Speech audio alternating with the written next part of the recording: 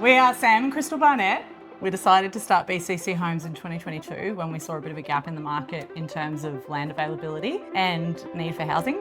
We wanted to not use the term granny flat at the beginning because it was just so daggy, but it said what we were doing and we just couldn't move away from it. It is what it is. It is what it is. It's a granny flat, but it's like you're walking into a traditional home now. Pretty much every client we are interacting with, most of them, have a genuine need. They've got multiple generations living in the same house. They want to keep their parents out of aged care. They are trying to help their kids to get into kind of independent living. There's too many barriers to entering the market right now. So what we love is we're actually really helping people to have their own living space and we customise it for them. Yeah, we're essentially building a mini version of the main dwelling. Yeah. So probably the biggest thing I enjoy about building granny flats is that you're in people's backyards. They've been living in their home for so long, they're used to seeing a vacant backyard. So one client that stands out to me was a granny flat that we did in Miami. It's an old shack, the main dwelling. 400 square metre lot. 400 square metre lot. So it was a head scratcher, very little access, but it had been in the family since the 50s actually. They didn't want to knock it down because they felt like they're knocking down history. So they didn't want to renovate it too much either, but we put the granny flat that sort of matched a bit of the character in the new age.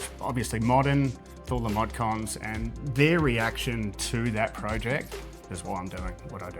We definitely want people to feel like the granny flat is a home, an extension of the main home. It's just smaller, that's all. That's the only thing that changes. You can still do your high ceilings. You can still put your ducted aircon in. You got that flexibility.